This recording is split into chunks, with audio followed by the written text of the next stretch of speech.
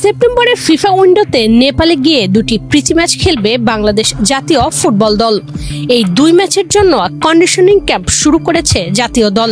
চূড়ান্ত না হলেও হামজা দেওয়ান চৌধুরীকে রাখা হয়েছে প্রাথমিক স্কোয়াডে। তাকে পেতে লেস্টার সিটিকে চিঠি দিয়েছে বাংলাদেশ ফুটবল ফেডারেশন বাফুফে। অন্যদিকে ক্লাব থেকে ছাড়পত্র না পাওয়ায় কানাডা প্রবাসী সামিত সোমকে রাখা হয়নি নেপাল ম্যাচের প্রস্তুতিতে। কাঠমান্ডুতে 6 ও 9 সেপ্টেম্বর হবে এই দুই প্রীতি ম্যাচ। বর্তমানে লেস্টার সিটির অধিনায়কের দায়িত্ব পালন করছেন হামজা। প্রাক মৌসুমে প্রস্তুতিতে দলের হয়ে গোলও করেন তিনি। ইংলিশ ফুটবলের দ্বিতীয় স্তরে থাকায় সেপ্টেম্বরে খেলা না থাকার সম্ভাবনাই বেশি। এই বাস্তবতা মেনে নিজ দলের প্রস্তুতি শুরু করে দিয়েছেন হ্যাভিয়ের ক্যাব্রেরা। দলে ডেকেছেন নতুন দুই তুর্কিকে। গত মে মাসে ভারতে হওয়া অনূর্ধ্ব-19 সাফ চ্যাম্পিয়নশিপে নজর কেড়েছিলেন আক্রমণ ভাগের খেলোয়াড় মুর্শেদ আলী।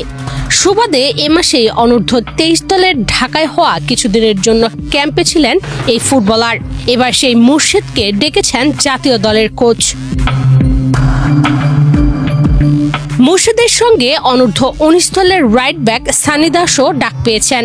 তারা দুজনই শুক্রবার জাতীয় দলের ক্যাম্পে যোগ দিয়েছেন। প্রথমবার সিনিয়র দলের ক্যাম্পে সুযোগ পেয়ে উচ্ছ্বাস প্রকাশ করেন দুজনই। এ সময় সানি দাস বলেন, এত তাড়াতাড়ি সুযোগ পাবেন তা ভাবেননি। শুক্রবার 12 ফুটবলার নিয়ে প্রথম দিনের অনুশীলন সারেন হ্যাভিয়ের ক্যাব্রেরা।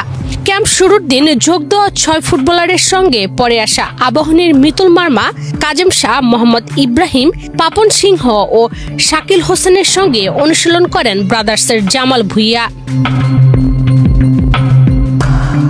বসুন্ধরা কিংসের ডাক পাওয়া 10 ফুটবলারের যোগ দেওয়ার কথা থাকলেও আপাতত কোনো খেলোয়াড় ছাড়ছেন না ক্লাবটি। খেলোয়াড়দের চোটের প্রবণতা কমিয়ে আনার বিষয়টি উল্লেখ করে এরই মধ্যে বাফুফেকে চিঠি দিয়েছে কিংস। ফিফা উইন্ডোতে 72 ঘন্টা আগে জাতীয় দলের জন্য ফুটবলার ছাড়তে বাধ্য ক্লাবগুলো। কিংসও সেই নিয়ম অনুসরণ করছে। আগামী মাসে শুরু হচ্ছে ফুটবলের নতুন মৌসুম। এছাড়া এএফসি চ্যালেঞ্জ লিগের গ্রুপ পর্বের ম্যাচগুলো হবে অক্টোবরে। বড় চ্যালেঞ্জ সামনে রেখে প্রস্তুতিতে কোনো ঘাটতি রাখতে চান না ক্লাবটি।